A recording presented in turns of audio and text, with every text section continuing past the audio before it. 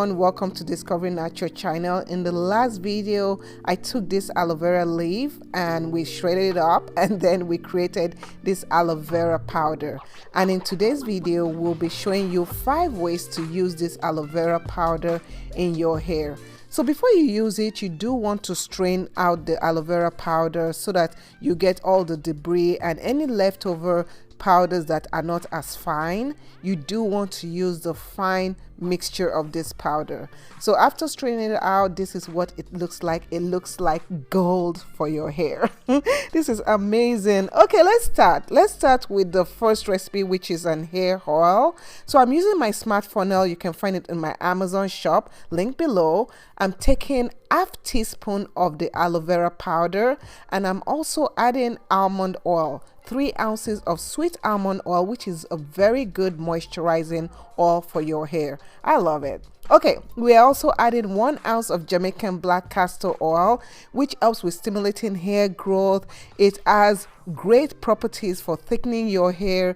Also, it helps with keeping that moisture in your hair. This is lavender scented. So with that, I also add 1/8 teaspoon of peppermint oil. Now peppermint oil is good for itchy scalp, your scalp health, and I'm going to add 1/8 teaspoon of rosemary oil. Rosemary oil is a good healing oil. It's good for your scalp, good for hair loss, and also premature graying.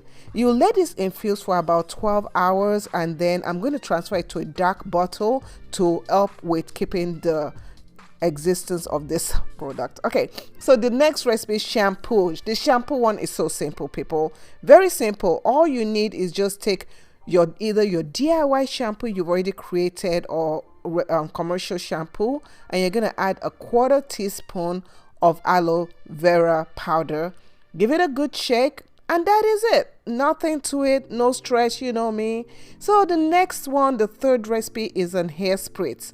I'm taking like 1/4 cup of distilled water, and to that distilled water I'm going to be adding my oil mix. You can either use the one you created before and then skip all the adding of the aloe vera powder, or one oil mix you have. If you use your oil mix that you have that doesn't have aloe vera powder in it, you want to add 1/4 teaspoon of aloe vera powder. And yeah, so that is your hair spritz. You give it a cover, and then make sure you use a spray cover or whatever, which is very, very handy. And with that, you give it a good shake. Whenever you use this spritz, you can shake it. Always shake it before you use it. If you don't want the debris from the aloe powder, you can always strain this out before you use it. But guess what? That is it. Very simple to use. The fourth recipe is my deep conditioner. Now I'm going to be using my Kadima fenugreek deep conditioner, but you guys can actually make your own deep conditioner. I have a link over there. You see that link pop up? Yeah, so you can make your own deep conditioner. And then I'm gonna take the amount of deep conditioner I want to use in my hair, and to that, guess what I have to add in there? Can you guess what I have to add in there? Yay! Okay, so I had in my aloe vera powder.